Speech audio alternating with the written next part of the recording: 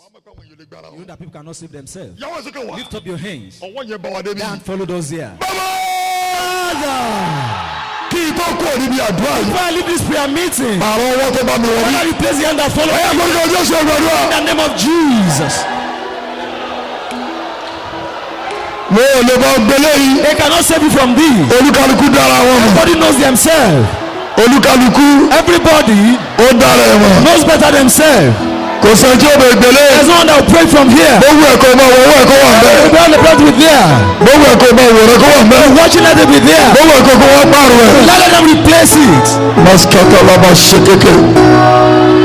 Ó wò dé pààrọ̀ owó olórogún yìí. That's this polygamous hand. Kì í bọ̀ sí ọwọ́ tó dáa. It's not a good hand at all. Ibi tí ó ti ọ lè ní dáa. It's going to push you to where it's very bad. Masikata laba ẹ̀ pààrọ̀ owó yìí. Replace his hand. Ọwọ́ tó bá mi wọ̀ bí. The hand that followed me here. Kì í tó kú òbí. Before I leave this meeting, Olúwa pààrọ̀ owó rẹ̀. that replace his hand. Bàbá pààrọ̀ owó rẹ̀. That replace his hand. Ẹ má pààrọ̀ owó rẹ̀. Only those who place his hand.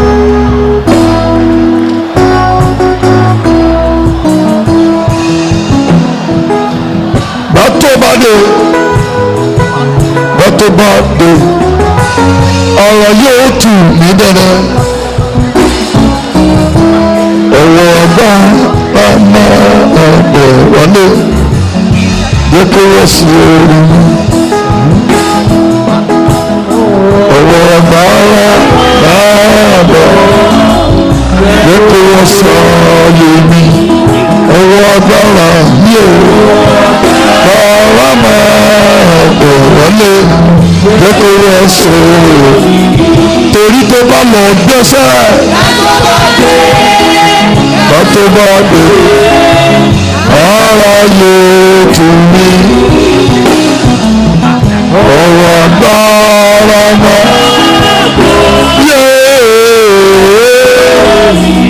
Jésù Olúwa wa. Jesus Christ the Lord. Ní gbogbo ibi tó bá wà. Wherever you are, Àti àwọn tó connect and those mọ́. are connected with those, Mo pàṣẹ. I decree, Bí àmì ṣe ń lọ as the sókè. man goes loud, Ọwọ́ kọ́wọ́ lára yín. any hands upon your life, Kí iná pààrọ̀ ẹ̀. catch fire. Kó o tó kó o níbi ìpàdé àdúrà yìí. Below easy prayer meeting, Mo sọ tẹ́lẹ̀. I prophesy to you, Ọwọ́ rere. good hand, Ọwọ́ ìgbéjáde. the hands of breakthrough, Ọwọ́ ìgbéga. the hands of elevation, Ọwọ́ tó ṣí gbogbo ilẹ̀. that opens every door. Mo pàṣẹ. I decree, Kò wọnú ayé ẹ shall lójijì. rest upon your life. Ẹ lọ ṣe rere. Go and prosper. Ògo ni fún ọ Jésù. Glory to Jesus. Jésù Olúwa wa. Jesus Christ the Lord. Ẹ jẹ́ pàtó fún Jésù. Let's clap for Jesus. Hallelujah to Jesus. Hallelujah. Are you blessed? Ǹjẹ́ ẹ̀dá lábùkún fún? Are you blessed? Ǹjẹ́ ẹ̀dá lábùkún fún? Àwọn mélòó àwọn kí Ọlọ́run ti bùkún alátànà. How many people God has been blessing us since yesterday? Ẹ gbàgbọ́ bẹ́ẹ̀. You believe so? Yóò rí bẹ́ẹ̀ fẹ́. So shall it be for you. Mo ní yóò rí bẹ́ẹ̀ fẹ́. So shall it be for you. Ẹ jẹ́ àṣìbẹ̀ gbọ́. Open our Bible. Isaiah chapter number 6. Isaiah chapter 6. Maskete labo shata. Ẹni tí ẹ gbèsè ẹkú rẹ̀ náà. The one that been assigned your death errant Láàárín 24 hours. within the next 24 hours, Ká wá ká má rí. the person shall not be found anymore. Isaiah chapter 6 Ìwé Àìsáyà orí kẹfà verse 1 to 8. ẹsẹ̀ kìíní sí ìkẹjọ. Isaiah 6 1 to 8. Ìwé Àìsáyà orí kẹfà 1 to 8. ẹsẹ̀ kìíní sí ìkẹjọ. Mo kà á. And I read, ní ọdún tí Uzziah ọba kú. in the year King Uzziah died, Èmi ní Olúwa jókòó lórí ìtẹ́ tí ó ga. I saw the Lord sitting upon the throne. Tí ó gbé ara ẹ̀ sókè. I am lifted up, Sétí aṣọ ẹ̀gún àrẹ his kó throne tẹ̀lé. filled with the temple. Àwọn sẹ́ráfù dúró lókè. Above the tomb the seraphim, Ọ̀kan níyẹn mẹ́fà. each one had 6 wings. Ó fi méjì bojú ẹ̀. With one he covered his face, Ó méjì bo ẹsẹ̀. with one covered his feet, Ó sì méjì fò. with one he did fly. Number 3. Èkìní kẹ́sì èkejì. And one cried unto another Mímọ́ mímọ́ ni and said, Olúwa. Holy, holy is the Lord Àwọn ọmọ ogun. of hosts, Gbogbo ayé kún the fógun. whole earth full of his glory. Fọ́. Àwọn òpó ilẹ̀kùn sì mì nípa And the post of the door moved, ohun ẹni tí ó ké. with a voice that cried, Ilẹ̀ náà sì kún fún and èéfín. the house was filled with smoke. Nígbà náà mo wí pé Then I said, I, ègbé ni fún mi. woe is me, Nítorí mo gbé. for I am undone, torí mo jẹ́ ní because I'm aláìmẹ́tì a man of clean lips. mo sì wà láàrin àwọn ènìyàn And I do wọn this to people ètè of unclean lips. nítorí ojú mi ti rí For I have ọ̀rọ̀ I've seen the King, olú àwọn ọmọ ogun the Lord of hosts. nígbà náà ni ọ̀kẹ́ náà wọ́n sẹ́rẹ́ Therefore, fún we wa say him unto him, ó ní ẹ̀sẹ̀ náà lọ́wọ́ ẹ̀ having like in his hands, ó fi sí ẹnu ẹ̀ which are taken with his tongue láti orí pẹpẹ wa from the altar, ó sì fi kan lẹ́nu and he laid upon my mouth, ó sì pé and said, kíyèsí Lo, èyí tí kẹ́ẹ̀tì this I touched thy lips, àmọ́ ẹ̀sẹ̀ díẹ̀ thy iniquity is taken away, a sì fẹsẹ̀ and thy sin purged. verse 8 èmi sì gbọ́ ohùn Olúwa Also heard pé the voice of the Lord saying, wípé ta ni èmi ò rán whom shall I send? àtàní ẹ̀ lọ And fún who will go for me? gbani mi pé Then I said, èmi nìyí Here I am, rán mi send me. èmi nìyí Here am I, rán mi send me. ní ọdún tí In the year Ísọ̀ ọba kú King Uzziah died, ní ọdún tí in the year Ísọ̀ ọba kú that King Uzziah died, ẹni tí àmì ẹ̀kọ́ pé méje the person with the loudest amen, ẹni tí ò jẹ́ kí ògo ẹ̀ the fọ́ one allow your magnet to glorify, yóò kú fún ọba shall die for your sake. Amen. ẹ wo mi church Look at me. ọmọ wòlíì ni You are prophet children. ẹ má ṣe bí àwọn ọmọ pastor Don't be like pastor's children. ó jẹ́ ọmọ fi mọ ọmọ wòlíì How to know a prophetic child kìí ṣàdúrà is not their prayer, òye ni it's the understanding. sọ ọmọ wòlíì ronú They don't just think bí gbogbo èèyàn as others people think. gbogbo ọkọ ọmọ wòlíì Everything about a prophetic child ló máa ń wò is always mindful láti inú ẹ̀mí from the spirit realm. sáyẹn tó ọmọ wòlíì ni The sign you are looking for is tí àwọn yẹn máa ń sọ̀rọ̀ that's when it's talking. tí àwọn yẹn máa ń When sọ̀rọ̀ people are talking, ọmọ wòlíì ò ní it sọ̀rọ̀ doesn't speak. etí tí ọmọ dẹ́lẹ̀ What we listening is kí ló ló wá fẹ́ sọ what fún would the Lord want to say. sẹ́wọ̀n mi tí ọ̀sán Look at me. ọ̀kadù táwọn yẹn máa fi ṣeré One of the things that people play with in life, àwọn yẹn máa wò pé ayé yìí people think that this world ayé ìjẹ̀lẹ̀ ń kẹ́rin is a gentle world. ọ̀kẹ́ náà ṣe tó burú One of the most sickness tí àwọn ọlọ́run ń the ṣe children of God is doing, oníwọ́n rò pé they thought that téèyàn bá ti dà tó bí once you become born again, kò lógun mọ́ there's no more battle for him. àwọn mísẹ́ táwọn máa ṣe They say that people do, wọ́n ṣe bí they thought that èèyàn lè fi owó ra ogun you can buy battle with money. àwọn ọmọ ọlọ́mọ ṣe mísẹ́ Children of God used to do mistake wọ́n ti tẹ́ bá ti ra mọ́tò that once you buy a car, ogun lọ the battle is over. àṣìṣe ńlá ní sà It's a great mistake. àwọn ọlọ́mọ rò pé They used to think táwọn bá ti lè ṣe that mẹ́rin once they can get married, ogun tán the battle is over. yeyeye Jesus ẹgbẹ̀rún ló ṣòfò bẹ́ẹ̀ 8,000 are wasted that way. and every day And every day, àwọn pásítọ̀ ń sìnkú ọmọ ìjọ pastors are burying their church members. every day Every day, àwọn ológun ń kú lọ every day the glows have died every time. torí irú ẹ̀kọ́ yìí Because this kind of teaching, kò yí àwọn they yẹn didn't understand. gbogbo ẹni tó bá rí For as many that you see tó mí that is breathing níbì kan somewhere, ẹnìkan wẹ́mi ẹ̀ka somebody is after his life. mo tó sọ I repeat, máa gbé ayé always live this life bí ẹni orí kòtò wájú as though you can see a pit in front of you. tó bá dá kọjá Once you overcome it, ó kú oríire congratulations unto you. every day Every day, ó gbà mí gbọ́ whether you believe me ó gbà mí or you gbọ́ do not, ó dá fún ẹ o whether you are successful or not, ẹnìkan gbẹ́ kòtò fún ẹ somebody is trying to dig your pit. ó gbà mí gbọ́ Whether you believe me ó gbà mí gbọ́ or not, ó dá fún ẹ o whether you are ó successful dá fún ẹ or o not, ẹnìkan gbẹ́ kòtò ẹ somebody is trying to dig your pit. òye yìí You understanding? ló máa ń tìyàn síbi àdúrà Always put people to a prayer meeting. òye tí àwọn alágbára bá ní This is what the mighty have. ó ní èjé wọn sùn That's why they are not able to sleep. mo rán ọmọ mi kan bí lánàá I had a child yesterday. mo ní gbóhùn lágbájá bọ́ọ̀nù àgè I said, when did he become this born again? mo ti bá ń bì I've met him here. lágbájá ò bọ́ọ̀nù àgè He's not this born again. ó sá mo sádàgbò yín mọ́ I knew all of you. asábà ń bì We met him here sọ bí àtijọ́ ń pè while we were praying together. èmi sáwàdà bí wọ́n ṣe máa ṣe I was joking as I used to do. ìgbà wa parí After the prayer, tí mo ń bá mi when I was coming ó here, ní bàbá he said, sir, ẹ̀rù yín máa bà mí I used to be scared of you. nígbà pé ẹ ti mọ ti ṣe mi I don't you know what is wrong with me. ó lè fi sọ̀rọ̀ I said, that's why you're ó saying. ní àná He said, yesterday ló pe ọdún kan happens to be a year tí àwọn olè jí mọ́tò when he took up this car. mo lábàjọ mo rí pé ọ̀bọ̀n àgè I said, no náà wonder I understand you are not this ó ní one. Jésù You are not débẹ̀ that safe to that point. bí ṣe sọ fún mi kẹ́kọ̀ọ́ sọ́nù mi mo rí abájú ẹ I said, no wonder. fẹ́ràn ọlọ́run tó You bá don't love the God this much. ìtọ́jọ́ wa The jókòó reason I come to sit kí wọ́n down, bá tó gbé e níjọ́ so are they going to carry another pé one? wèrè tí ó bá gbé e Anyone that will carry kó wá this, gbé wájú go jọ and take it in just present. church wo mi sà. Look at me. mọ̀jẹ̀ onígbà sà. Don't be get to that point. mo sọ tọ́ fún yín I'm sà. telling you the truth. yìí tó sá fún. What you run from, wọ́n tó tẹ́rì sí. you later born to him nílọ́pọ̀ méjì. in still fold. ó gbà mí gbọ́. Whether you believe me ó gbà mí gbọ́. or not. bọ̀ jẹ́ ká wo ìjìnlẹ̀ But bí sà. let us look at the mystery there. ní pé lọ́jọ́ tí ọba kú. That the king that King Uzzah died. a jẹ́ pé tí àwọn kan ọba That kú. means if some people didn't die, kò sẹ́ni tí ó sọ rere. there's no one that will be greater in your family.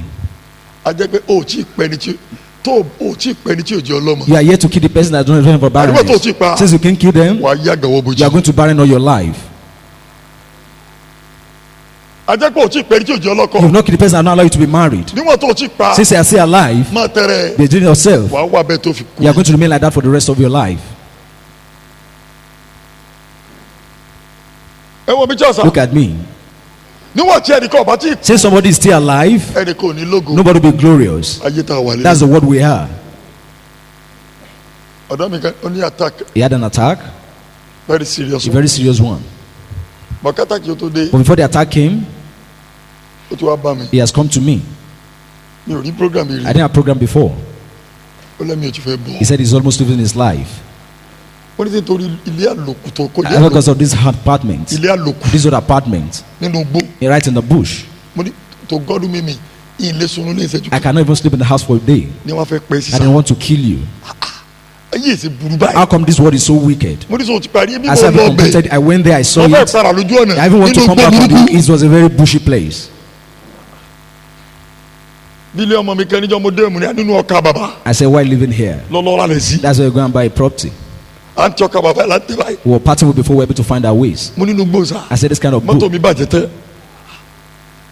ìgbà wọ bẹ̀. When I got there, gbogbo yàrá kọ̀ọ̀kan ní píkṣọ̀ mi kọ̀ọ̀kan wà. we had pictures in all my rooms. yàrá kan píkṣọ̀ mo lọ gbọ́n. I said, you are very smart. ọgbọ́n You must be èyí very gbọ́dọ̀ gbẹ́nu pé náà kọ́ máa di irun You mẹ́rin. can't live in kind of people who can't become supernatural. bọ́kí mo fẹ́ bí gàṣà. What am I bringing out? máa pray. I pray. olùwàbọ̀là tákì tó. Lord, where did this attack come from? olùwàdìkì má wà jìnnà. Thus I should not go far.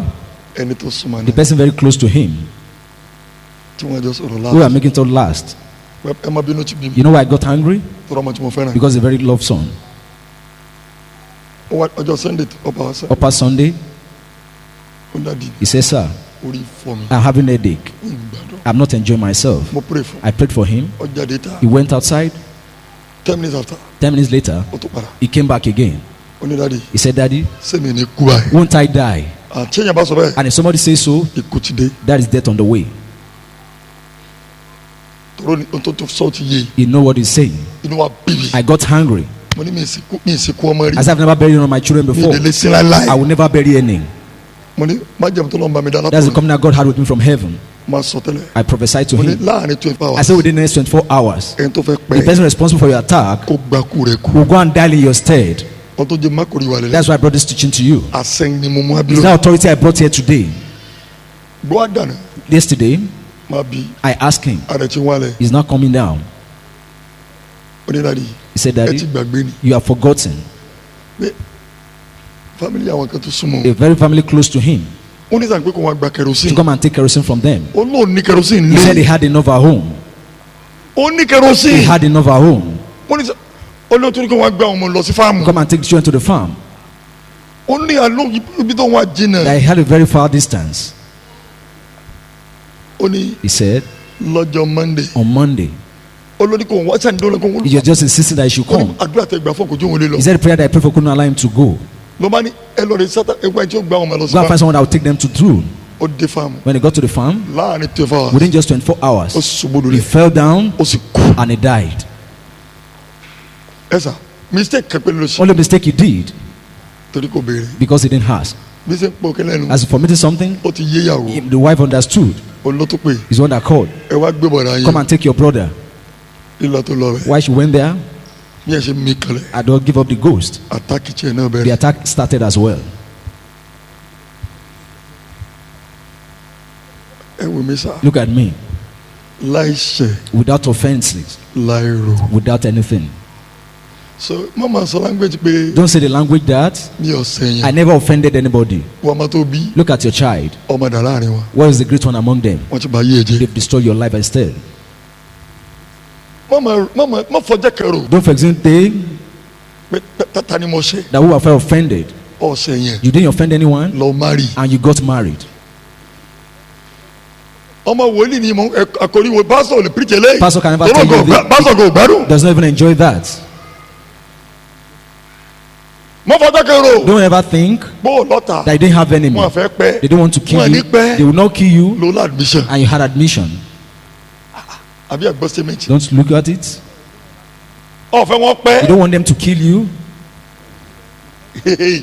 ọlọ́fẹ́ ọmọ You olórogún got married from polygamous family. tala ni wọ́n sá wẹ́wẹ́. We are going to be screening ọmọ táwọn ti nínú ilé wọn jẹ́ ní in their ẹnìkan ìfẹ́ ọmọ family. bí Nobody get married to them here kó sórí rẹ and successful wọ́n dẹ̀ lọ fẹ́ and go married from wọ́n á there. sá ọ kátàkátà. They will machete your life. ẹ mọ báyìí rẹ gbọ́ máa so gé No meant to get a state of fashion. ikú ló ń wò yẹn You sá. are playing with death.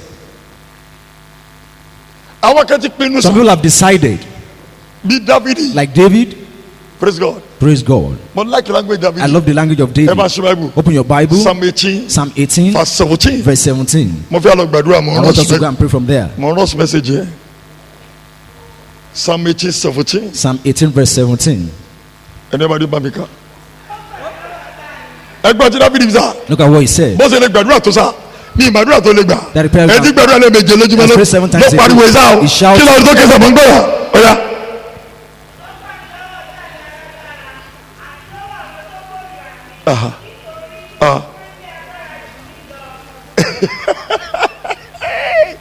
Dávidi àdúrà bẹ́ẹ̀ Nàìjíríà ní gbọ́dọ̀ àdúrà bí àdúrà tó họ́ọ̀kì And you are still going everywhere. aládùúrà ẹ̀ẹ̀mejì lójúmọ́ He lélẹ́yìí prayed 7 times. ló kí pépé And he shouted. òun tó lọ́tà tó lágbàdo There are lọ those who are mightier than him. pé àwọn ọ̀tá kan bẹ́ẹ̀ That there are some enemy, wọ́n ní agbára they are more powerful pátápátá completely ju òun lọ more than him. náwó ẹ̀ sókè Raise up your hand. bàbá gbà mí lọ́wọ́ Father, save me from them. àgọ́ yẹ níyà àgọ́ yẹ rárá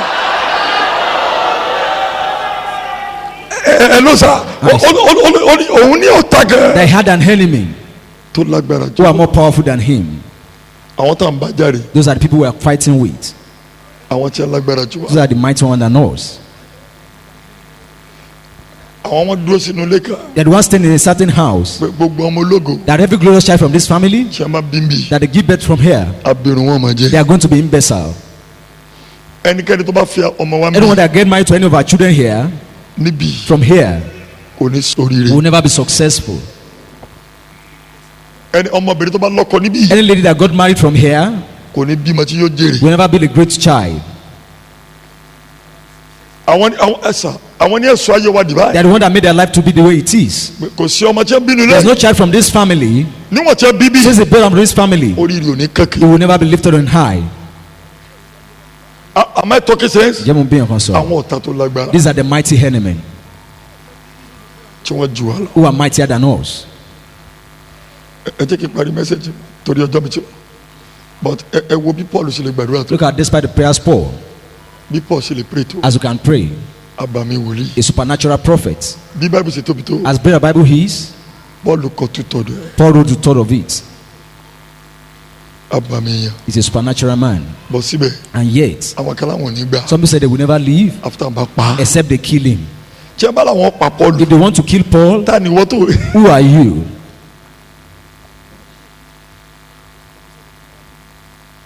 ta ni wọ́n sá Who are you? ẹ bá ṣe Act chapter 23 Acts chapter 2, verse 23. Act 23 Acts 23, verse 4 Act 23 verse 4 Acts 23, verse 4. ẹgbọ́n tí wọ́n sọ pé ẹgbọ́n ọ̀yọ́ mami àwọn tó dúró sí pé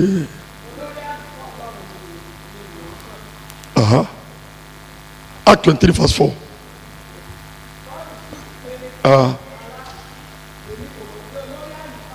ẹ kàn sùn.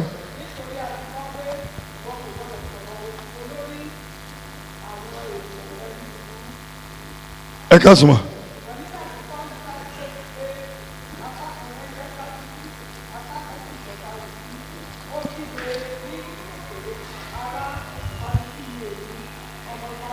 ẹ kà láti verse 11.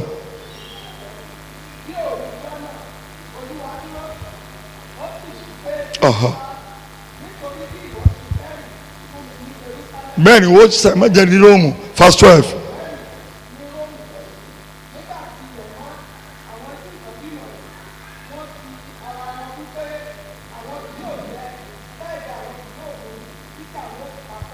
kí ló ṣe fún wọn. What did he offend them? ẹ jókòó sá wọn ò sọ pé àwọn aláàfáà o, They are not the affairs, wọn ò pàṣẹ ọmọ Jésù, not those unbelievers, àwọn pásítọ̀ the fellow pastors. pé tó bá jẹ́ pé àwẹ̀ lọ́mọ gbà They have demanded not to fast, àwọn náà fáwẹ̀ pa. they will kill him with fasting.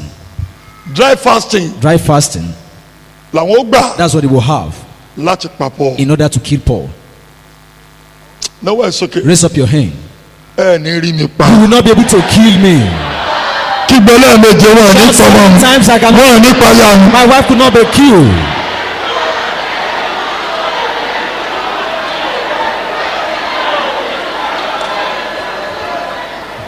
mọ́mí ẹ wò sá o. Look at it. àwọn mélòó ni mà How verse many are 13 they?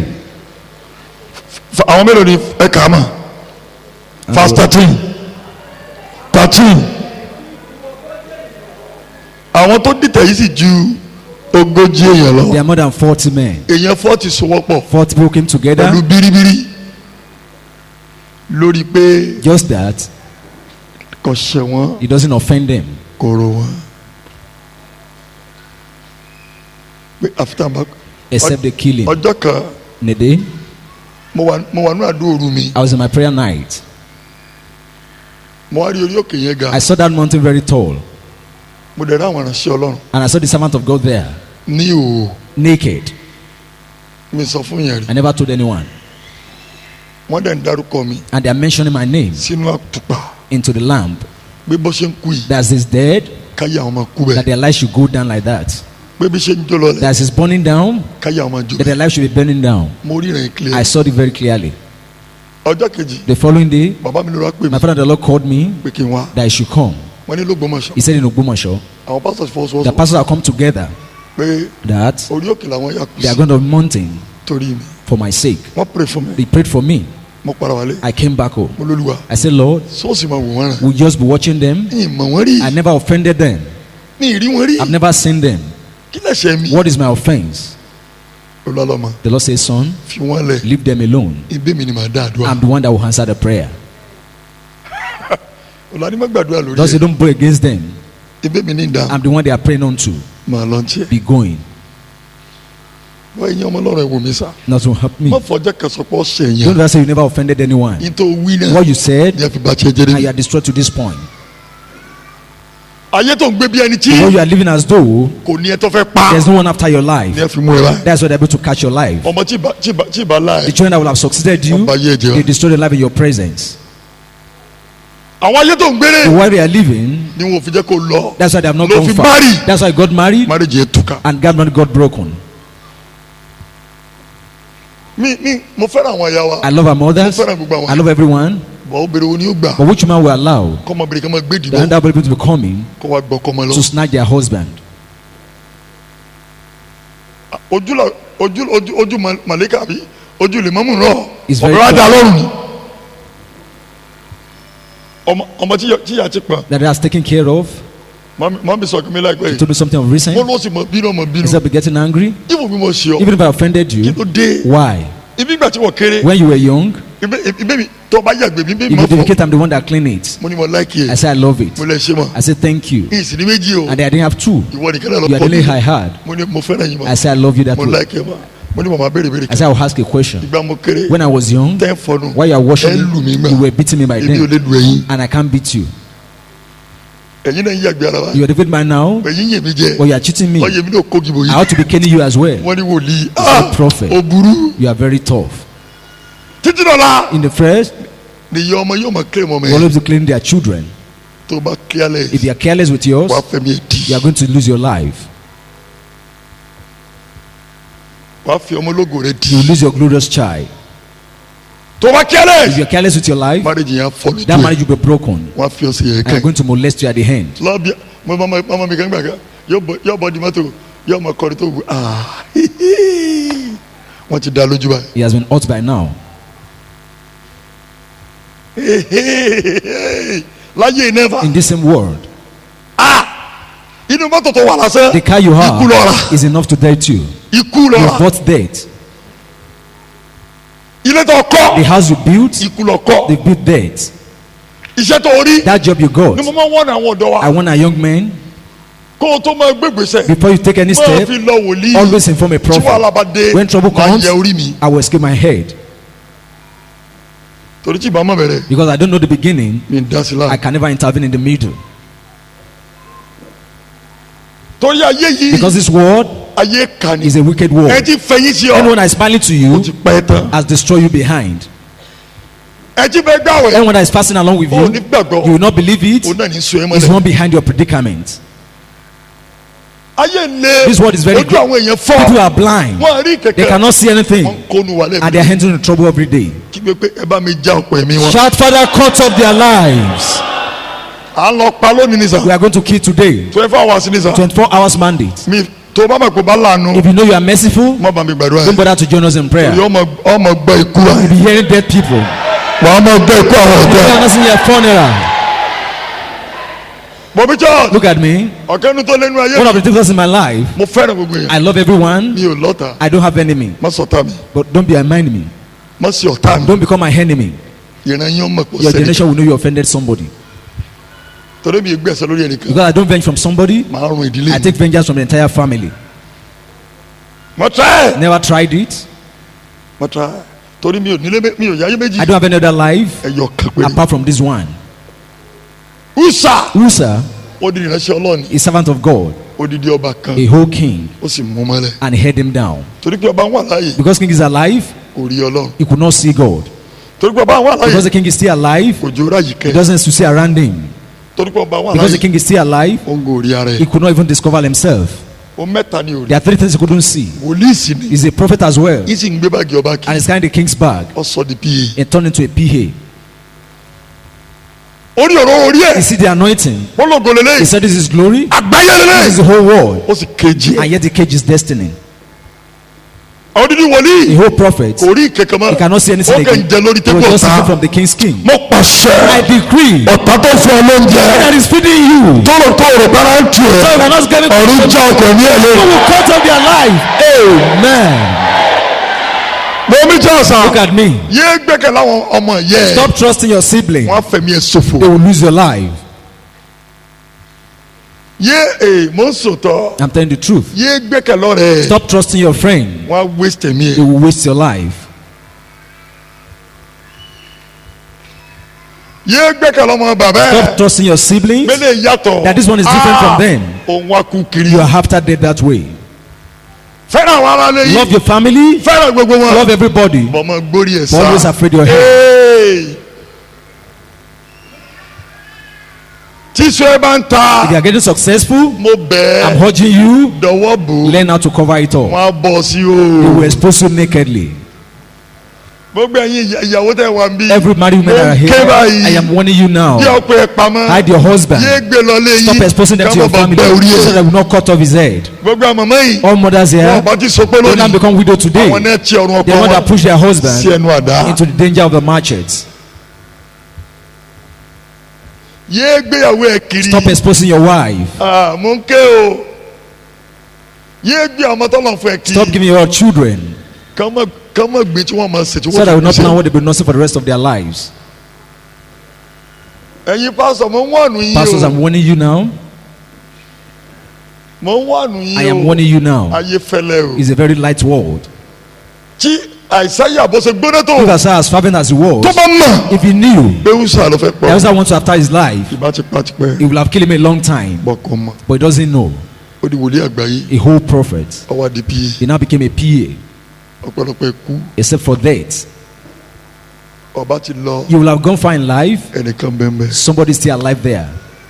ó lè jẹ́ ọmọ ìyá bàbá It yẹn. could be your own very sibling. Tí bàbá yẹn ràn The lọ́wọ́. father had somewhere. Lórí ṣé mo ní ọ̀ràn mi lọ́wọ́ ni. I didn't tell you to help me. Ìwọ gẹ́gẹ́ òní rán màrán yẹn You lọ́wọ́. will never find a child to help you Torí pọ̀ because help to somebody ó sì so gbọ́mọ ìmọ́lẹ̀. and tied every of his children. Ẹ má miss coach mi. Don't misquote me. Mo máa ń ṣe eré I do to be good. mi ò níṣẹ́ I méjì. didn't have any other thing, Bọ̀ ṣé pẹ̀lú ìbéèrè lọ́dọ̀ lọ. but do it from the leading of the Lord. Olúwa ṣe kí n ṣe. How do I do it? ṣé kì í ṣe. Should I do it? yé gbọmọ family ọ̀dọ̀. Stop taking your family members ká má waste time ẹ. so that they will not waste your life.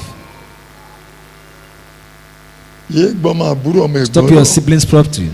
jẹ́ wọ́n máa gbọ́dọ̀ ya wọn. Let them be living with their mothers. máa send owó oṣù They sí. send whatever you have to them. máa sponsor wọn lọ́dọ̀ ya wọn. Sponsor them through their mother. má jẹ́ wọ́n wọlé Don't ẹ̀. let them come to you. wọ́n á pẹ́ They lójijì. will kill you suddenly.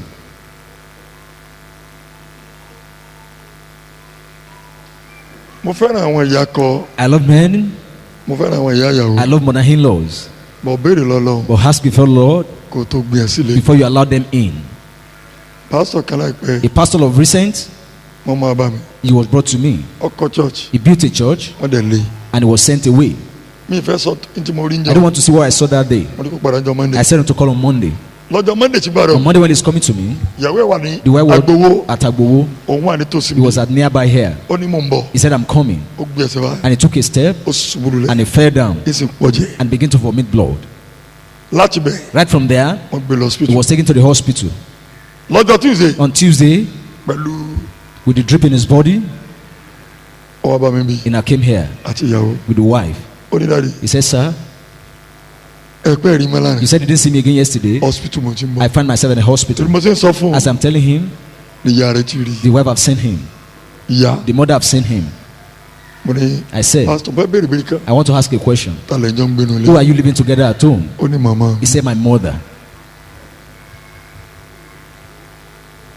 lè lórí ẹ̀ṣẹ̀ Rise on your feet. ẹlẹ́ náà ti tó. That is enough.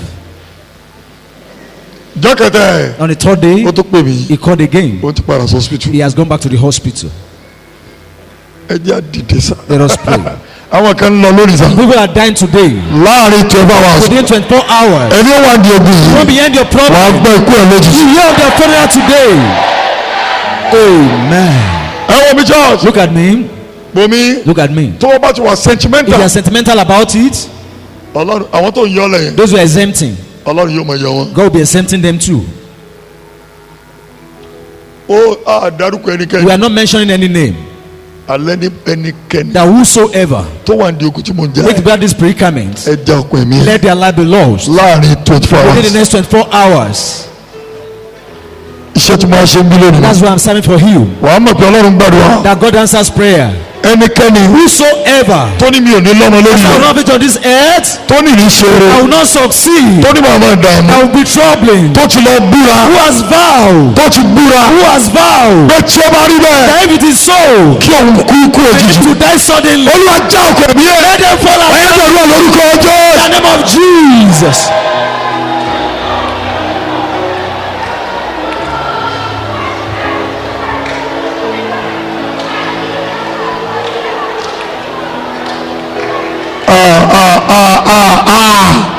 mo mọ̀ ní ẹgbàdúrà mo mọ̀ ń ké àbúrò ìyàwó ọmọ ló fẹ́ pa ìyàwó ẹ̀ yìí mo mọ̀ ń ké olúwa já ọkọ ẹ̀mí ẹ̀ láàrin 24 hours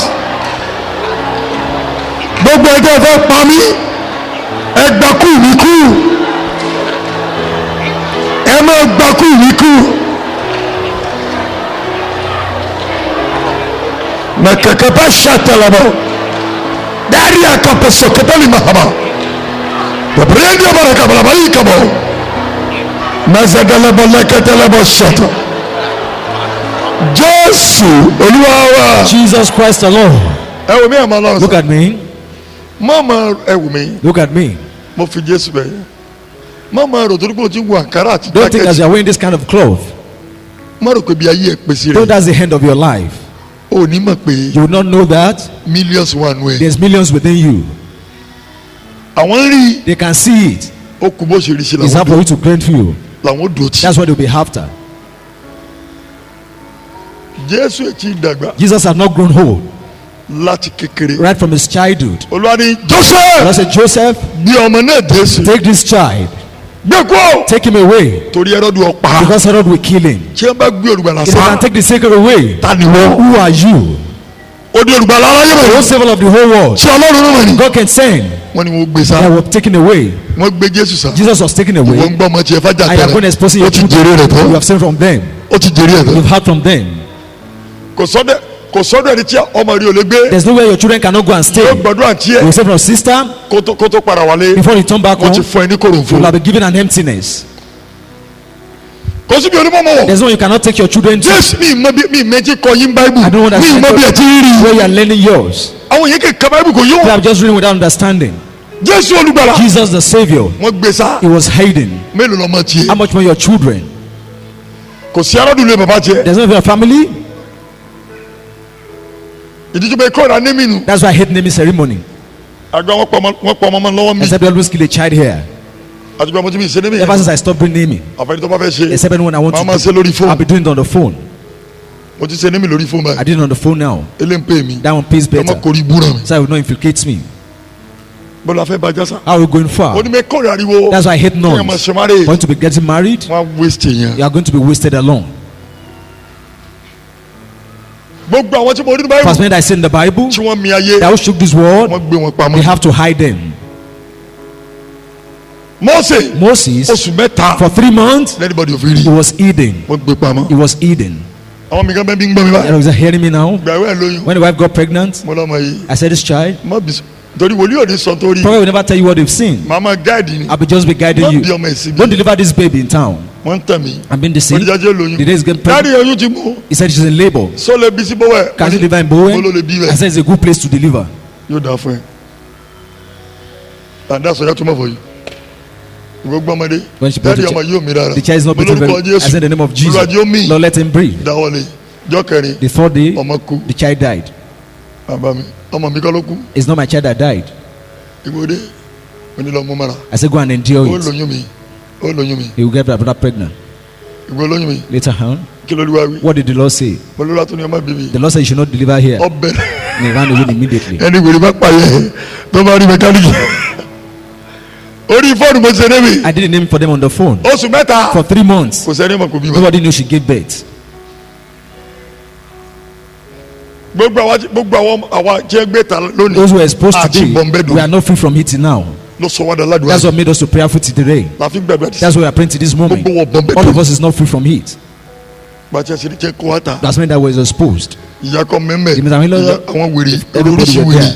oríṣi olórí bú ní ẹjọ́ kò bí ní mi. Are starting the naming ceremony. ní ọkọ tẹ́ sọ pé kò ní lọ́mọ That will láyé. never have a child. omi lọ gbọmọ lórí òkè níbà. He went to wait from Ó a tún mountain pé gbogbo wọn mọ̀ bọ̀. and he still exposed everyone to it. wọ́n dáwọ́ lọ́mọ lọ́mọ And that was a plate upon ọmọ him. bọ̀m̀bẹ́dùn ni. He's not free from it today. àwọn ń pariwo ọmọ lọ́mọ. mọ̀mọ́ kẹ́yìn náà ní gbọ́. I know you will not obey. lọ́wọ́ ẹ̀sùn kí wọ́n. Raise up your hand. ọkàn mi èmi sọ tèmi ayúdíà ẹjẹ tó gbàdúrà sí. Let's pray again. áńgẹ́lì náà wọlé bàbá mi lọ. Angel of fire enter my father's house. áńgẹ́lì náà wọlé ìyá mi. Angel of fire enter my mother's house. áńgẹ́lì náà wọlé àná mi lọ. Enter my in-laws house. ìkà tí wọ́n mi nìka. The wicked one after my life. já ọkọ ẹ̀mí ẹ̀. All that and ẹ that. gbàdúrà lórúkọ ọjọ́. In the name of Jesus. yes máa rán wọn sẹ́. ẹ wọ bẹ̀ lọ́wọ́ wọ báyìí. mo ṣe ń gbàdúrà lọ́wọ́. wọlé àná mi lọ. wọlé bàbá mi lọ. wọlé ìyá mi lọ. wọ́n gbé olé lọ. wàá rí i lọ. gbogbo ìka ẹja ọ̀pẹ̀ mi wọ́n. láàrin 12 hours ẹja ọ̀pẹ̀ mi wọ́n. masikẹ pali kapalaba lẹbẹlẹkẹpẹlẹkẹ bisikẹtẹ labalaba. ẹ wọ àyíká mi lọ. gbogbo ìka tó wà láyìíká mi ẹja ọ̀pẹ̀ mi wọ́n. mo pàṣẹ lórúkọ Jésù ẹja ọ̀pẹ̀ mi wọ́n. lẹsẹ dẹkẹlẹbẹlẹkẹtẹlẹbẹ mẹsẹkẹlẹbẹ sẹkẹkẹlẹbẹ sẹt mẹkẹkẹbẹ sẹkẹkẹlẹbẹ sẹt lẹkẹpẹlẹkẹtẹtẹ pẹsikẹtẹlẹbẹ lẹbẹlẹkẹtẹ yabalaba.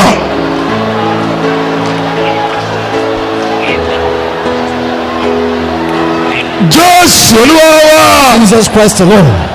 Wo mi. Look at me. Wo mi. Look at me. wàá máa rí tí o máa You ṣẹlẹ̀ see what will begin to happen lẹ́yìn àdúrà yìí. after this meeting. ẹgbẹ́ jẹ́ sọ. Look at what said. tọ́lá sọ fún Joseph. What God told Joseph. pé Joseph That Joseph, ọ̀ya gbé ọmọ náà. take away the child. Jésù Jesus, gbé para.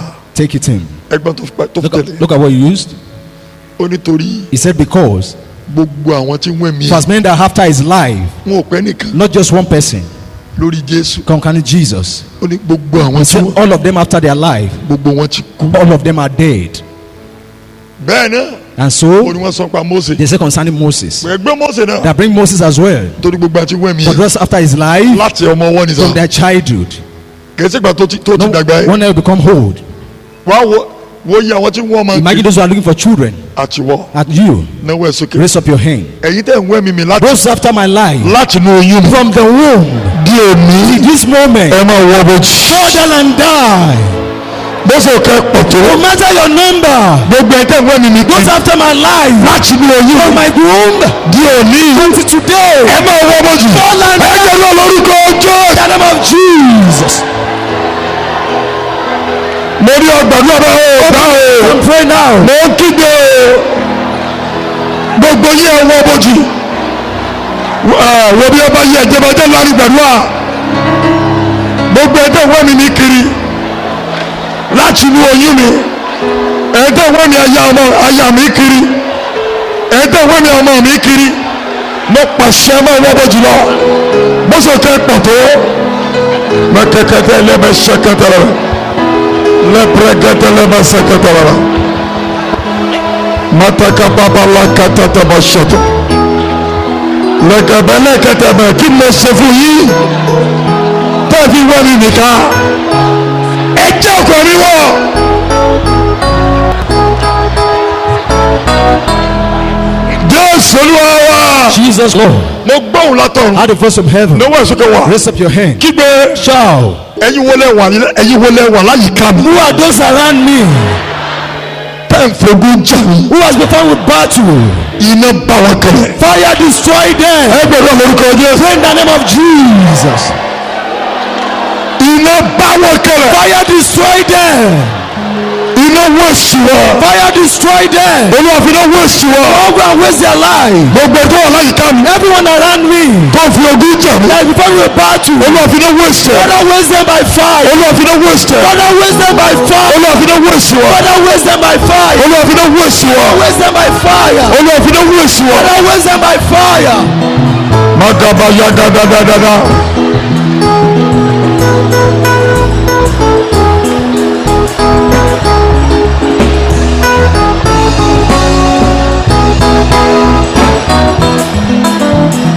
Ọlọ́run gbàdúrà ìwọ ló mọ̀. Ọlọ́run gbàdúrà ìwọ ló mọ̀. Makaba sakata lazata brakalaba. Jésù Olúwa wa. Jesus alone. Womi church. Look at me. Ẹni tó bà mọ́tò ẹ jẹ́. Anyone that destroy your car Ẹ̀mí ẹ̀ ló kù tí ó mú. is after your life next. Gbogbo ìgbà tó bá ti rí bí. Every time you experience evil, Mọ́rò kò ti tán. don't think it's over. Times 10 ń bọ̀. That sin is on the way. Tí ọmọ ẹ bá kú. If a child died Tí o pray. and you didn't pray about it, Wàá fẹ́mi ìyàwó ẹ̀ di. you lose your wife's life. Jésù bá bìrì ẹ̀fẹ̀. Let me Bible do to you. Stefanu. Stephen, Ó bẹ̀ sí preach. he began to preach Wọ́n lẹ̀ lóko. and he was stoned. Wọ́n pa He was killed. àwọn apọ́sítélì. The apostles, Wọ́n gbàdúrà. they did nothing about it. Lẹ́yìn ẹ̀. After that, Wọ́n mú Pétérù. they took Peter.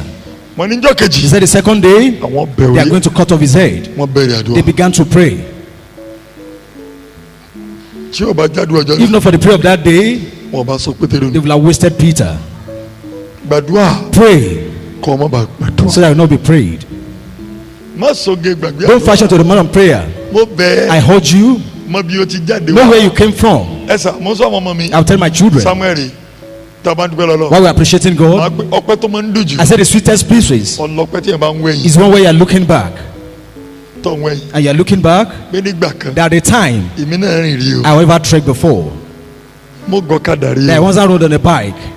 Èmi náà dúró títì. I once stayed on the road Mo dá mọ́tò dúró. trying to board a bike. Tó bá rẹ mọ èmi náà ti wọ yẹ̀rí o. I've worn this kind of cloth before. Mo ti wọ sọ́tọ̀ yarí This o. one that is very torn. Number one. First, O ní ní gbéraga. you will never be proud. Number two. And secondly, Wàá máa rántí pé you always remember that mọ̀mọ́lé tó para. it's possible for me to go back to that state.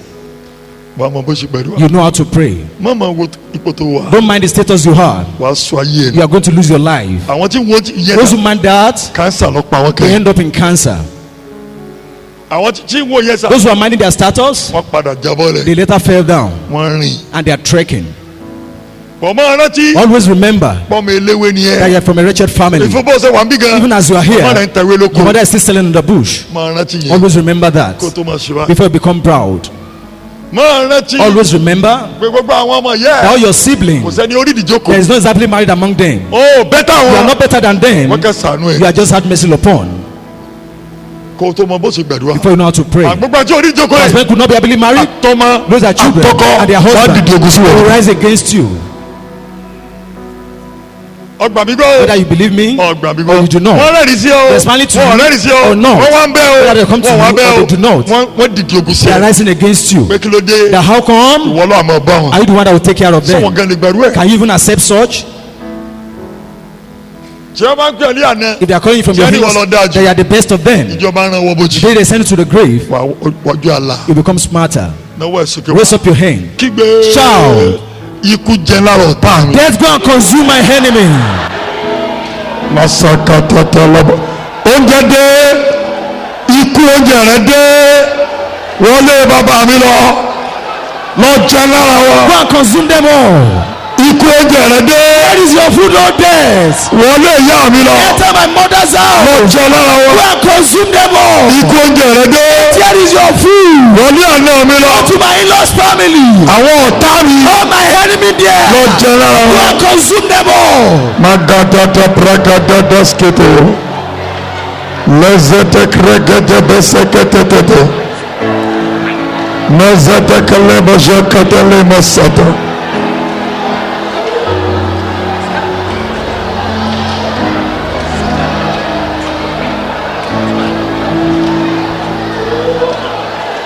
magabashata.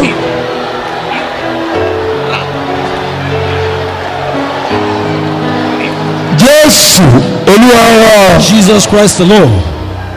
Amen. Amen. ẹja Psalm 55. Open your Bible to Psalm 55. Olúwa ni ẹlẹ́rìí mi. The Lord is my testifier. Olúwa ni ẹlẹ́rìí mi. The Lord is my láti witness. October From October, di December àjálù burúkú yóò pọ̀ débi a pé lot of disaster will be so many ẹ̀rù yóò bá àwọn yẹn. lọ́jọ́ àmọ́ gbàdúrà kíjì yóò tó dé. before the storm comes. sọ̀mọ́ ń pariwo sí i mi ò ní tẹ́rí sọ́gbọ̀n yẹn. ètò ìgbẹ́lẹ́gbẹ́ máa gbé lọ hospital bó ṣe oṣù níwọ̀n tí ò sí bí Since they are not here, èmi rẹ̀ kò tó wò jẹ́. no matter who they are, Psalm 55 Psalm 55, àti lọ parí ẹ̀ we are rounding up. verse 12 Verse 12 to 15. yóò mọ́mí ẹsẹ̀ bẹ̀rẹ̀ ẹgbẹ́ o Look at. ẹgbẹ́ tí Dáfídì wí lẹ́yìn ọmọ mẹ́rin tó ti After kú 4 ní children that is dead, o ọmọ mẹ́rin ti kú 4 tán o children is dead. ẹsà inú máa bí mi tí pásítọ̀ bá gbàdúrà When pastor refused to pray, gbogbo ẹ̀mí pásítọ̀ ewu ni pásítọ̀ bá ti sàkó ẹ fi lẹ̀ sà ẹ̀mí iṣẹ́ tá a gbẹ́ sà It's a very iṣẹ́ ewu dangerous, 24/7 it's a very dangerous job. ẹsà tí ọba jánu Ọlọ́run If not for the mercy of gbogbo God, ogun tó bá ṣẹ́ every battle you overcome, ni àwọn ọmọ rẹ̀ yóò pay price a first and very price for it. níbi iṣẹ́ olúwa lédè That's how the ministry is. bọ̀kọ̀ yàwọ̀ ọ̀dọ́ wa sà But many don't tí ó understand. bá mọ̀ sí olúwa wọ̀ If ní they ọ̀sẹ̀ know, they mínẹ́rì will never go to the seminary.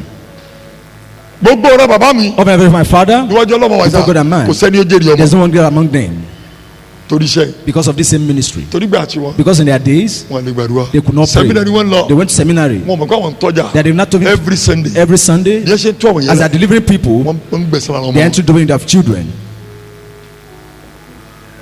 ṣe lè yùn ní pírẹ́sà That's why you need to pray. lè ní pírẹ́sà ó yẹ kà mọ́ mi nítorí kì í ṣe ọ̀tá ni ó kàn mí. kèé sọ̀tà lọ́gàn mi Ǹjẹ́ èmi ìbá pa á mọ́ra? ìbá mọ́ mọ́ra bàtà mi ní tẹ́lẹ̀ kò lè dùn mí ẹ ká sọ mọ́ mi. ẹni ó kóra mi kọ́ ló ṣe pé màá bàtì ẹ jẹ́ òǹkọ́ ẹ ká sọ mọ́ mi. Ǹjẹ́ èmi ìbá fi ara mi pamọ́ kúrò lọ́dọ̀ rẹ̀? màá sì kó wájú ẹ̀ Ṣùgbọ́n ìwọ ni ṣùgbọ́n ìwọ mi ìtumọ̀ ẹni pé ẹni tó súnmọ́ mi Very close. ẹni mo gbẹ́kẹ̀lé An ally. ẹ ká sọ ọkùnrin ọ̀gá mi. ẹni tó gbé òní mo ní kó gbà mí Associates. ẹni tó gbé onífọ̀nà hàn mí pé ká lọ My God òun náà ní gáàdì mi is one that is leading me. òun náà ní ìrìn eyín ló burú jù sà The T4 part. òun náà ní ìrìn fún mi Is one that is saying unto òun ní me, tún fà mí lọ́wọ́ and still drawing me ẹ back. ká sọ ma. àtọ́lùmọ̀ mi òun náà mi ní ìkàn mi Another thing. ẹni mo fẹ̀yìntì The ni person I believed in. ẹ ká sọ ma. àwọn tá a jọ ń gbìmọ̀ tó dùn àwa sì kẹgbẹ́rìn wọ ilé ọlọ́run lọ. ẹ wo ibi tó bí mi nínú ní ṣọ́ọ̀ṣì That's in church. ẹni àjọ wà nù the same The person group were in the same group together.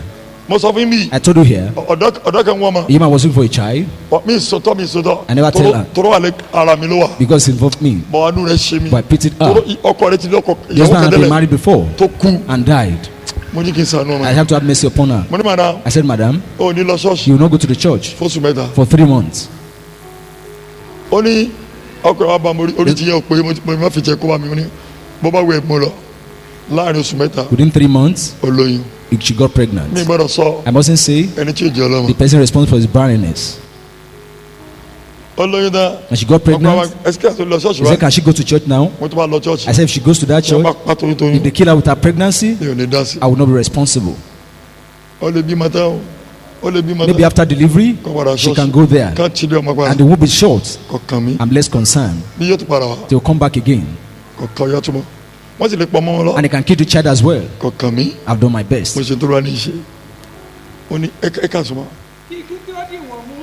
ẹgbọ́n tó wí sá àwọn tájọ́ lọ ṣọ́ọ̀ṣì Those who are going to church together, kò pẹ́lúwa it doesn't say, Lord, dáríjì wọn forgive them.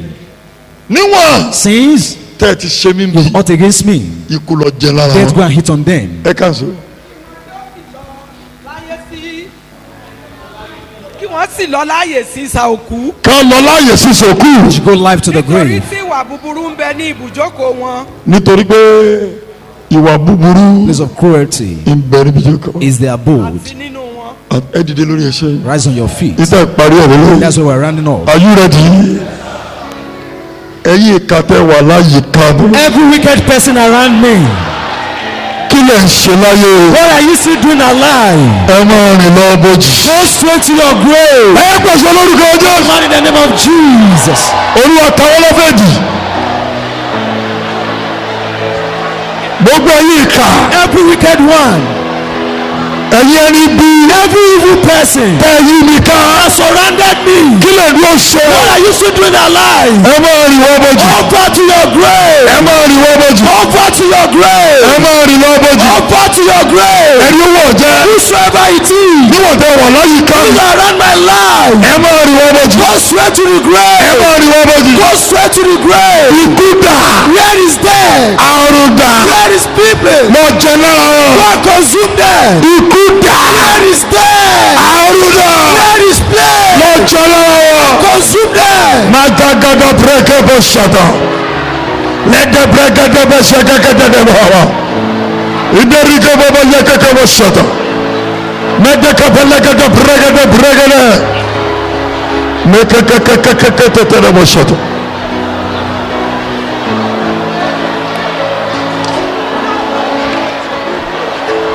Jésù Olúwa wa. Jesus Christ alone. Mọ́dù omi yàtí. Open your ears. Mọ́dù òde wòlíì. Don't wait for a prophet Kó tó sọ̀rọ̀ fún ẹ. before I say provision to you. Gbàdúrà báyìí. You better pray now. Nǹkan tí máa bàjẹ́. Things are going to destroy Ká tó rí ẹ. before they say unto you. Ó bẹ́tà kó You gbàdúrà. are better prayed now. Are you there? Hello. I said. Ó ní jẹ́ kí wọ́n wọ He bójì. said, let them go to the grave. Jẹ́ kí kò jẹ lára wọn. Let peace come on them. Kò sọ pé Olúwa He said, Lord, dáríjì wọn. forgive them. Ó ti yé. He's understood. Kò pé Olúwa He doesn't say, Lord, wo àánú Father, mind your mercy. rárá. No. Níwọ̀n tẹ́ bá mi débi Since ẹjọ́. you are following this far, Tẹ́ bá mi débi ẹ bá mi and follow me dé. to this place, Ẹ̀yin náà máa lọ you bójì. go straight to the grave. Are you ready? Yeah, Shaitan, Wo mi. look at me. Àní Dáfídì ní. David said, Ó láwọn kan bẹ. he said there are some people Ó ní ẹ kórìíra òun. that they hated him Láì nídìí. without cause. Òun ò ṣẹ̀ It wọ́n. doesn't offend them. Bọ́bá dá fún mi. If I am successful, Kò kàn wọ́n. they are less concerned. Yóò dá fún mi. If I'm not, Ọkàn it's wọn. not their Kí ló dé business. kórìíra How mi? come you hate me this much? Ẹ̀sà. Mama ẹ̀sà ẹ jẹ́ pray. Let us pray. Torí láàrin 12 hours. Because within 24 hours, Wàá gbọ́ ikú ọ̀tẹ̀. you shall hear of their funeral. Amen. Wò mí sórí tí o bá tí ì rí bá tù If rí. you've never seen this battle before, Àdúrà yìí ò ní you yé. know that that's the prayer. Bọ̀tí ẹ bá sample If ẹ̀. they ever hurt you, Tí ẹ bá lé prayer. and after this Wàá prayer, gbà lẹ́ẹ̀mejì. you pray it better. Bọ̀ mọ́jọ dìgbà But yẹn. don't make it then. Lọ́wọ́ àfi yẹn wà bí. That's what the Lord said we hear. Ìjì yẹn ń bọ̀. Devil is coming. Kó o lè bá tẹ̀ mọ́lẹ̀. Before you can overcome it, Lọ́wọ́ ìṣèké raise up wà. your hand. Bá kápá ṣàtà labalabala. Ẹ̀yin tẹ́ ẹ bá yẹ mi débi ẹgbẹ́ lónìí. Everyone that's hurt me this far, kí lè dúró ṣe láyé. What are you doing alive? ẹ fàyè lẹ̀ fún mi. Go on my ẹ grave. pẹ̀lú olórúkọ Jésù. Go in the name of Jesus. gbogbo ẹ̀ tẹ́ ẹ bá yà yà mí What lé. is my wife's life? ẹ tẹ́ ẹ bá ṣe mí lé.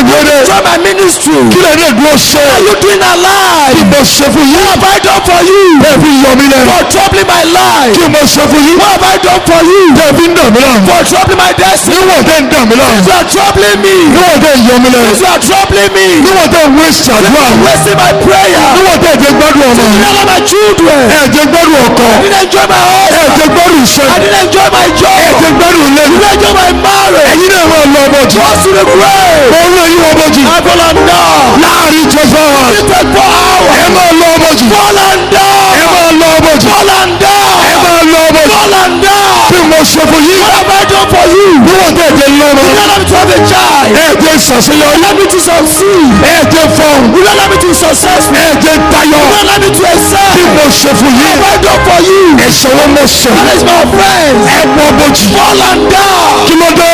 Ah. bẹ́ẹ̀ kórìíra mi. Why you hate me this morning? láì nídìí. Without God. ẹ ṣòfò dànù. Fall away. ẹ máa ṣòfò dànù. Waste away. àtẹnu ọjà kò ní wá. of God. wọ́n fi ṣòfò. Waste their life. jọmọ́tò pa wọ́n. Let me get my cross. jọmọ́tò pa wọ́n. If I could crush them, jọwọ́ já kòtò. let them point to the pit. jọkàdé pa wọ́n. Let the back crush them. jẹ́ kí ọ̀fà pa wọ́n. Arrow kill them. jọwọ́ bùmọ́jẹ̀lẹ̀ jẹ. Let them do poison. jọwọ́ bùmọ́jẹ̀lẹ̀ jẹ. Let them smoke poison. jọwọ́ para wọn. Let them take their life. mandaka balagaga brekete bẹ.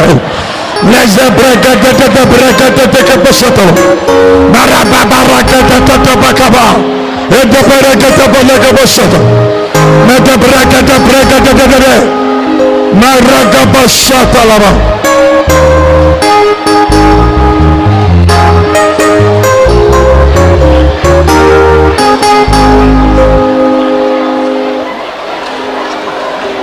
Jésù Olúwa wa. Jesus Christ the Lord. Hello sir. I said, Mo sọ tẹ́lẹ̀. I prophesy. Níwọ̀n tí o gbọ́ àdúrà mi yìí. Since we heard this prayer, Tó o sì sàmì I sí. say amen to it. Lẹ́yìn ìpàdé After this meeting, ẹnikẹ́ni whosoever tó wà ní àdúrà who's part of this prayer, tó o tí ì rí yanu. want to see your miracle, tó o tí ì rí tẹsímọ́nì. have your testimony. kó o rọ ọbọ̀jì lójijì. Shine suddenly. Amen. Amen. Mo sọ tẹ́lẹ̀. I prophesy. Mo sọ kò sí mẹ́ẹ̀ẹ́dọ́. How close they are to you. Ní gbogbo ibi tí o bá wà. Wherever they are. Láàárín 24 hours. 24 hours. Ẹni tó wà ní ogun yìí. Behind this Kó problem. gba ikú rẹ̀ kú. Let them die today. Amen. Amen. Mo ní kí wọ́n gba ikú ẹ̀ kú. For them for say. Amen. Mo ní kí wọ́n gba ikú ẹ̀ kú. Go and die for you. Mo ní kí wọ́n gba ikú ẹ̀ kú. Die for you. Ògo ni fún ọ Jésù. Glory to Jesus. Ẹ wo mi sá. Look at me. Lẹ́yìn ikú Uza. After the death of Uzzah, Wọ́n la ojú Àìsáyà. Isaiah's eyes was opened. Orí ògo. He can see glory. Wọ́n ti lọ báyìí. They have gone now. Ògo bẹ́ẹ̀ lórí. Glory begins from your life. Amen. Ògo ọmọ. The glory of the child. Ògo iṣẹ́. The glory of your job. Ògo The ìrànlọ́wọ́. glory of your health. Ògo ìbújáde. The glory of breakthrough. Ògo ìtayọ. The glory of blessing. Ẹyẹ sọ ògo náà. The glory of your life. Amen. Mo ní ọgbà ògo náà. Receive your glory. Mo ní ọgbà ògo náà. Receive that glory. Mo ní ọgbà ògo náà. Receive that glory. Èyí ló ní ọ̀rọ̀ ṣiṣẹ́. Amen. Èyí ló ní ọ̀rọ̀ ṣiṣẹ́. I receive. Èyí ló máa jìnnà bá. I receive. Níwọ̀n ẹsẹ̀ kan wà. Raise up your hand. Díẹ̀ sọ̀rí mi kan. Let me tell you what my experience. Níwọ̀n rẹ̀ o bá fi kó fi gbàdúrà. Mo lọ kí ọ̀rẹ́ mi kan. I went to greet a friend. Ọlá àwọn díẹ̀ pásítọ̀ ni. Pásítọ̀ ni. He's a pastor. Máa lọ kí. I went to greet him. Ọmọ rẹ̀ last born ẹ̀. The last born, Ní máa ń dì mọ́ mi. he was holding me. Ó lọ ọmọ tí wòlíì fi sórí rẹ̀ o. He doesn't know what the prophet did. Yóò mọ pariwo He wòlíì. just be asking of the prophet. Onídàárí mi. He says, my father, Wòlíì ò ní lọ. prophet will not go today. Ọ̀ya ẹ lọ mú júìsì tẹ fi ka mọ́nú Go and fún. take the juice you kept in the fridge. Bàbá ẹ̀rí kí ló dé báyìí. He said, how come they are Ọ̀rá praying? wòlíì ẹ̀ jókòó. He said, prophet, take your seat. Mọ́mì mi. My mommy, Ẹ lọ kíchìn. go to the kitchen Ẹ lọ dáná. and go and cook. Tọ́kì tẹ pa lánàá. The turkey you killed yesterday, Ẹ fún wòlíì. you give the prophet. Mo ní mọ̀mọ́ wọ́. I said, it's a great thing. Kò yé mi. I didn't understand. Ọmọ ìsá ní àlà. The teacher was around me. Mo ní mi lè jẹun. I said, I Mo can't lè eat. jẹun o. He said, you must eat. Ìyẹn lẹ́sì jẹ. And you are eating pounded yam. Ọmọ kékeré. A very little child. Mo bá ní mi lè jẹun. I said, I can't eat. Ó ní tẹ̀ bá jẹ. He said, if you don't eat, Mọ́mì ọyẹ páàkì. then please pack the food. Ní abá tó páàkì ẹ̀ And tẹ́lẹ̀. they packed the food. Ó ní júùsì à. He said, what of the juice? Dáàdì mi júùsì à. bàbá bá ọlọ́mújú He went to go and take the juice lọ́ba dúró lẹ́nu mọ́tò and he placed by the entrance. ó ní ṣe wọ́n ti fún yín He said, have you been given? He said, no. olúwa kí lélẹ̀ Lord, what is this? olúwa ni The Lord said, òun kọ́ it's not him. àmì ìrànlọ́wọ́ tó wà lára It's the sign of help upon you. ẹnikẹ́ni tó bá ti rí ẹ Everyone that sees you, ìbá àjọ mi ké be it a little child, be it another person, wọn máa ràn ẹ́ lọ́wọ́ must definitely help you. mo wà ń bá rẹ̀ I was at Ibadan àná yesterday. mami ń gbọ́ bá mo fẹ́ What is wẹ̀ hearing now? mo fẹ́ wẹ̀ I want to bath. mo rí ọṣẹ tẹ́lọ̀ That is supposed to all from there. ọ̀dọ̀ wọn nílẹ̀ mo ní mami mo ti bọ́ ra lẹ̀ I will clear a cloth. mo ní kí n wọ́n mo ní ilé wọn ní kọ́bọ̀dù As I cannot check the mo cupboard, kàn lọ́ mú ti wọn I ní just want to go and take ours. mo dẹ̀ fi wẹ̀ I use it to bathe. pásọ̀ tó lọ́wọ́ gbé mi The pastor that want to drive mo me, bẹ́ẹ̀ ni pé kó gbé mi lọ bá wọn mi yẹn wà I begged him to tell me what they are here. ó sì gbé mi lọ And he was àfi driving fi and just thrown. dáàdi mi ẹ̀rọ kàn mọ́ bínú He said, please, sorry, sir. Please, sorry. àfi supermarket And he went to the supermarket. kí ló dé pásọ̀ Why? ọ̀sẹ̀ wo lẹ fẹ́ He said, which soap did you want?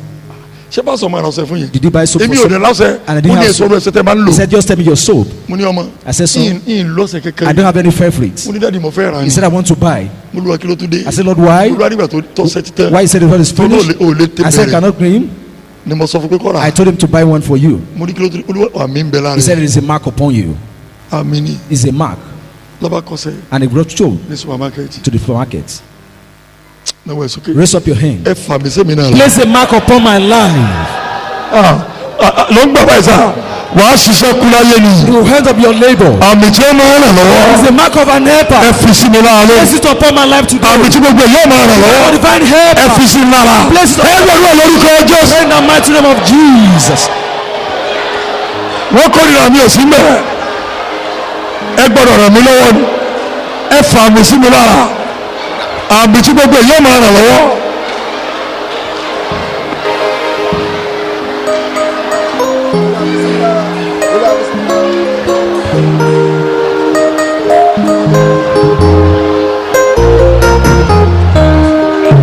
Jésù Olúwa wa. Jesus Christ the Lord. wòmí tó bá ní àmì lára If you have that mark upon tó you, wojú èèyàn mọ́tò you èkú never beg unto men before. àmẹ́tọ́ kí sẹ́ ó ní wojú èèyàn mọ́tò èkú You never look unto men. èyí ò lè fi ọ̀sà kan láyé Nobody can boast from you. mo pàṣẹ I decree. àmì ìrànlọ́wọ́ kò fara hàn lára To ẹ̀ manifest in your life. Amen. Amen. Olúwa yọ mi sí mímọ́ Sanctify this water. yà mi sí mímọ́ Sanctify this water. iná bọ́ sínú omi náà Fire fall upon this water. ẹ̀jẹ̀ bọ́ sọ́nú omi náà Fall in this water. agbọ́dọ̀ mọ̀ sọ́nú omi náà God rest therein. gbogbo ẹni tó bá lómi yìí Many that use this water. ọwọ́ ayé kò parẹ́ lára ẹ̀ Let us remove from them. Amen. gbogbo ẹni tó bá lómi yìí As men that drink this water, ọ̀tá every enemy níbikíbi from wherever kó kú fún wọn lójijì die for their sake. Amen. bẹ́ẹ̀ ṣe ń lómi yìí To use this water, ìṣeré bẹ́ẹ̀ lórí your success begin. ọkàn yóò balẹ̀ You shall be at peace. ẹ ó bí jáde Break through. ògbóni fún ọ Jésù Glory to Jesus. Jésù Olúwa wa. Jesus Christ the Lord. àwọn áńgẹ́lì ènìyàn tí wọ́n ṣe mí lóore àwọn áńgẹ́lì ọmọ kékeré tí wọ́n ṣe mí lóore Ọlọ́run alààyè wọ́n rán wọn sí mi o tọjọ́ tó lọ Ọlọ́run alààyè wọ́n rán wọn sí mi o Ọlọ́run alààyè wọ́n rán wọn sí mi o àwọn áńgẹ́lì ènìyàn tí wọ́n ṣe mí lóore àwọn áńgẹ́lì ènìyàn tó fàyè mi nítumọ̀ Ọlọ́run alààyè wà rán wọn sí mi ọjọ́ tó lọ bàbá mi gbọ́ lókè o wà rán wọn sí mi Ọlọ́run alààyè wà rán wọn sí mi àwọn áńgẹ́lì ènìyàn tí wọ́n ṣe mí lóore àwọn áńgẹ́lì ènìyàn tí wọ́n máa yé mi nítumọ̀ Ọlọ́run alààyè jọ̀wọ́ wá rán wọn sí mi kọjá tó lọ.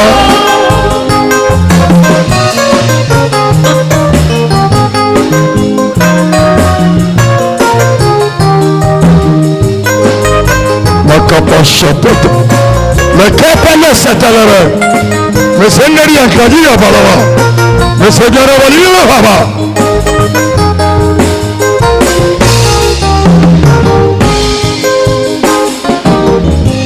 Ọlọ́run alààyè wọ́n rán wọn sí mi o. Ayérayé wọ́n rán wọn sí mi o. Àwọn áńgẹ́lì yẹn tí wọ́n ṣe mí lóore. Àwọn áńgẹ́lì tí wọ́n ń fàyè mi nítumọ̀. Ọlọ́run wọn lọ́yẹ̀ jọ̀wọ́ wá rán wọn sí mi o. Ọjọ́ ń lọ, ayérayé gbọ́ tèmi. Ọlọ́run láyé wá rán wọn sí mi o. Ẹ rán wọn sí mi. Àtọkùnrin àtobìnrin. Àwọn obìnrin lóore yìí dà. Àwọn èèyàn lóore yìí dà. Àtọmọdé àtàgbáyé. Ẹ wá rán wọn sí mi kọjá tó lọ.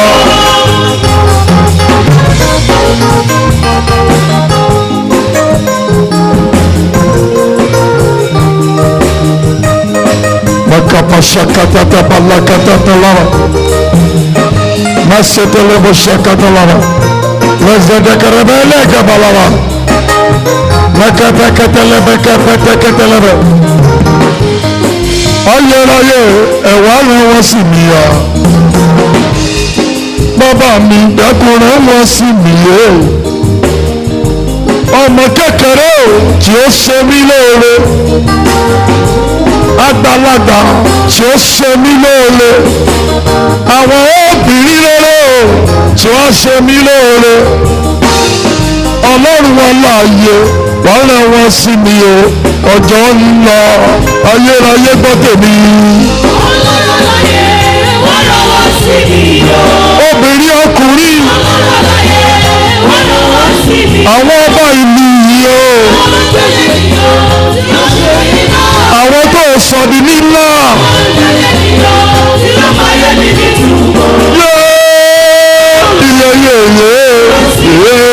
Ọjọ́ ń lọ.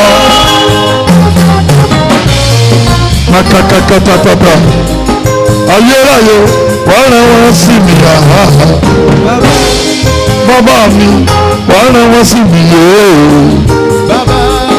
Arúgbó èèyàn rere tí ó ṣe mí lóore. Àwọn àgbàlagbà tí wọ́n ṣe mí lóore. Ọmọ kékeré ọ̀dọ́ mi o tí ó ṣe mí lóore. Àwọn obìnrin rere tí wọ́n ṣe mí lóore. Ọlọ́run alààyè wọ́n rán wọn sí mi o. Ọjọ́ ń lọ, ayérayé gbọ́ tèmi. Ọlọ́run láyé wá rán wọn sí mi o. Àtàyà ọmọ. Mi ò lè dẹ́rù mi gbé. Mi ò lè dàgbé.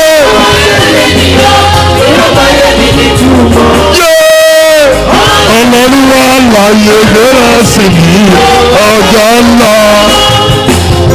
Bàbá mi yéèyé ọjọ́ ń lọ.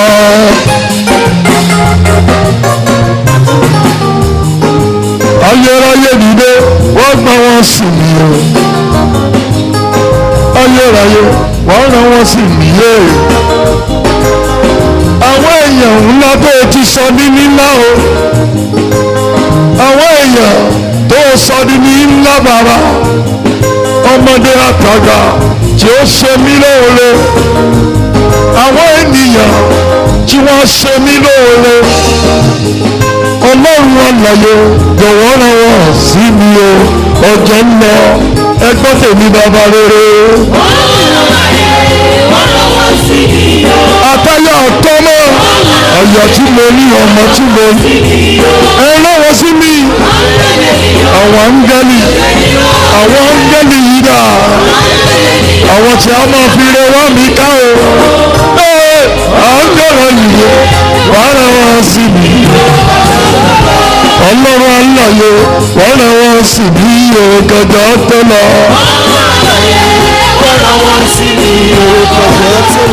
Bàbá mi dákun o, wọ́n rán wọn sí mi o. Gọ̀gọ̀ tó lọ.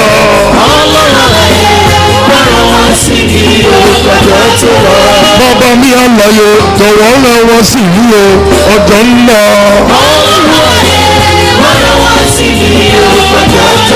Bàbá dákun o, wọ́n rán wọn sí mi o. Ọjọ́ ń lọ. Bàbá dákun yé wọ́n rán wọn sí mi o ọjọ́ ń lọ.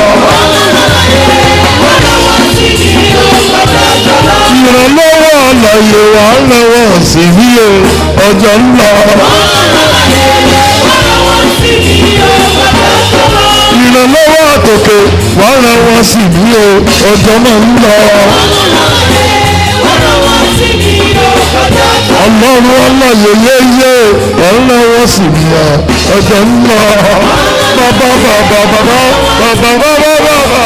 mi ò lè dẹ́rù mi gbé bàbá wọ́n rán wọn sí mi o ọjọ́ náà.